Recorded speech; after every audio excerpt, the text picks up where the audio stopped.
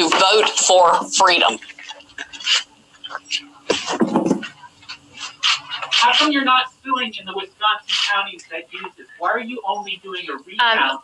And excuse me, that we're not out to the questions at this point. So excuse me, we're not at the questions at this point. My name is Jenna Ellis, and I'm the senior legal advisor to the Trump campaign. And I'd like to just explain now where we've been and where we're at and what you can expect from this process. So what you have heard, I'm sure, in the fake newspapers tomorrow will be one of two things. Either there was not sufficient evidence that we've presented, or we spoke too long.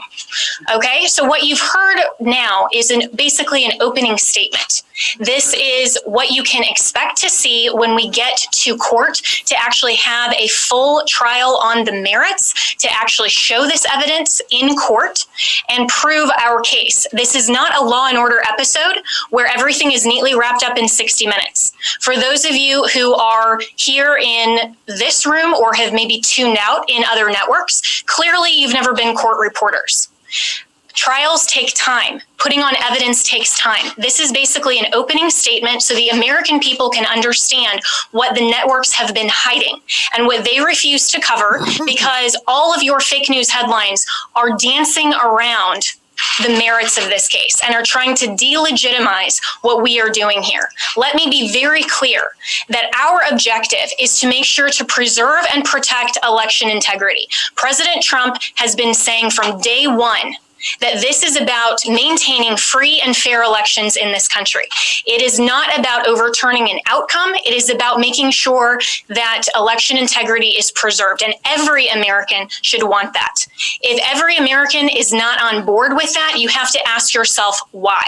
And if your fake news network is not covering this or allowing you to cover it fairly and accurately, you should ask yourself why.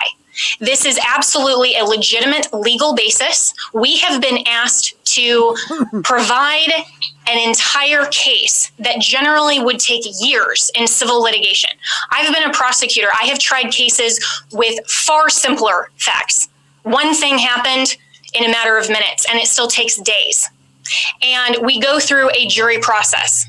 This is the court of public opinion right now. We are not trying our case in the court of public opinion, because if we were, we would get unbiased jurors. I would strike 99% of you from the jury, and I would be allowed to because of the fake news coverage you provide. You are not unbiased jurors. And until you step out of your role as a journalist and actually go into a courtroom and you are a judge on a bench that has sworn an oath to be unbiased in our separation of powers, then your opinion does not matter. The facts matter, the truth matters. And if you are fair reporters, you will cover that fairly and appropriately, and you will allow coverage of our media team here and our legal team. That is absolutely shocking that all you cover are around the margins. And I've seen all of you taking pictures right now, and I can anticipate what your headlines are going to be. If you are not willing to talk about the evidence that has been presented, then that is absolutely unacceptable for journalistic standards. This is an opening statement. This is something where we have told you what the evidence will show, and we have given you a brief description. That happens in a courtroom all the time, where that's not the fact-finding process. That is just an overview. That is what we have given you today, because the American people deserve to know what we have uncovered in the last couple of weeks. Remember, this is such a short time frame. And this is an elite strike force team that is working on behalf of the president and the campaign to make sure that our Constitution is protected. We are a nation of rules, not a nation of rulers. There is not someone that just gets to pick who the next president is outside the will of the American people.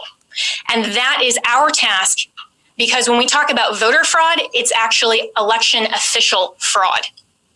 That cannot stand. The Constitution requires that the state legislatures are the ones that make election law. It still has to go by the U.S. Constitution. But what has happened in this case is that state and local level officials, and all the way up, have changed the rules. That's what the Democrats do. If they don't like the rules, they change them.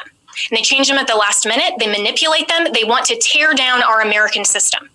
Our founders were so brilliant that they anticipated this, that there would be corruption, there would be foreign influence, there would be attempts to manipulate the outcome of the election, especially with who they called our chief magistrate. I would encourage all of you to go home and actually read Alexander Hamilton's Federalist 68 and see what he described as an advocacy position to adopt and ratify the Electoral College and the process by which we select our president.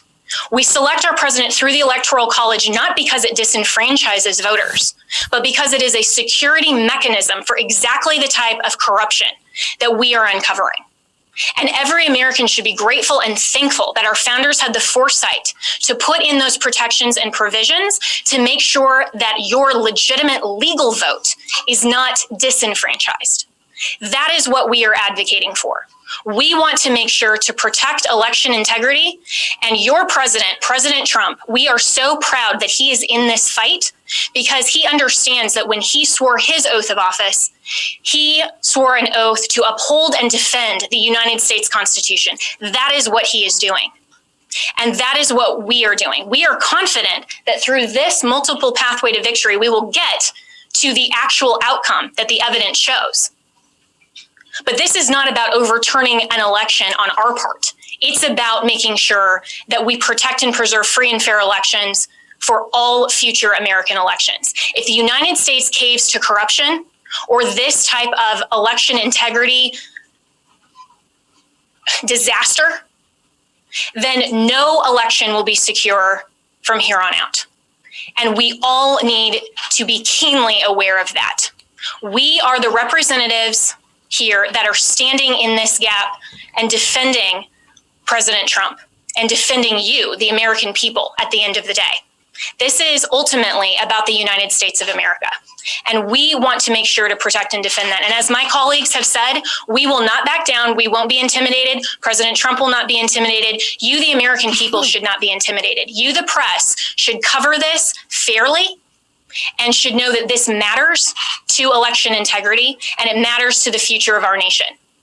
So we have given you an overview, but recognize this is not a court of law. We will get there, and we have time, and we have constitutional provisions that will step in when we show the corruption and the irredeemably challenged and overturned votes that are absolutely corrupt in all of these counties. It is irredeemably compromised. We will show that, but you have to give us that opportunity. This has been just our opening statement, and we have an opportunity to get there, and we have time, and we will do that. This is the United States of America, and we stand proudly for President Donald J. Trump. Thank you.